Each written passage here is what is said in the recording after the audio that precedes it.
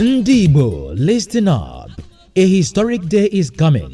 A day to lift our hearts, raise our voices, and give thanks as one people. For the first time ever, Igbo Archbishops, Bishops, and Ndi Igbo have declared the last Saturday of January as the Igbo World Day of Adoration and Thanksgiving. On January 31st, 2026, all Christian denominations from every corner of Igboland and across the globe will hold simultaneous services from 9 a.m. to noon, conducted in Igbo language in a breathtaking art of unity and gratitude. This is more than a service. It is a declaration of resilience, a day to remember how the Igbo people survived the horrors of the Nigerian Civil War, overcame destruction, hardship, and decades of marginalization, and emerged stronger, wiser, and unbroken.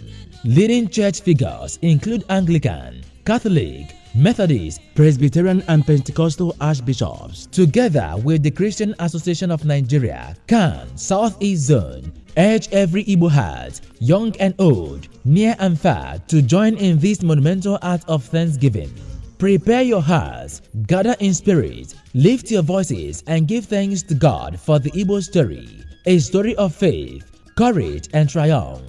January 31st, 2026, the Igbo world unites.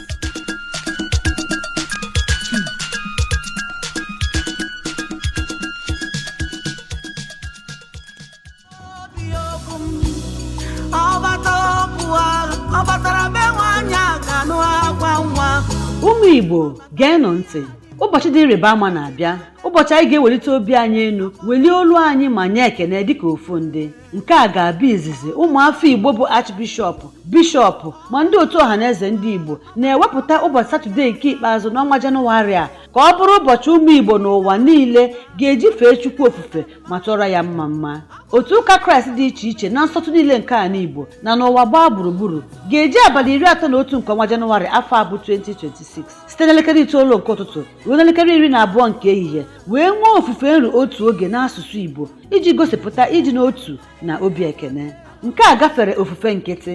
Ọ bụ mmemme iji kene Chukwu etu o si mee anyị a na-egbu achara achara a na-eto. Ụbọchị eji echeta etu ndị Igbo si nafere na njinji niile jiri oge a lụrụ agha. Mmeri anyị na-enwe mgbe ọbụla a lara akụ na ụba anyị na ihe ndị anyị kpatara n'iyi. Mmeri anyị n'oge ihe isi ike ya na nnukwuru nnu afọ eji akpachapụ ma na-emegbu anyị, emechakwa anyị asụrụ gede, nwekwuo uche ma kpọsie ike. Ndị Archbishop ụka dị iche iche ma Anglican, Catholic, Methodist, Presbyterian na Pentecostal, tinyere otu Christian Association of Nigeria, CAN na Alaigbo, na-agba ụmụafọ Igbo niile ma okenye, ụmụ na-eto eto na ụmụaka ume ka ha sonye n'emume a n'ebe ọbụla onye nọ. Chịkọta mmụọ gị ọnụ, kwado onwe gị nke ọma ka ị soro welite olu gị nye Chineke ekene maka akụkọ niile gbasara ndị Igbo nke bụ akụkọ maka okwukwe, obi dị mkpa na mmeri anyị.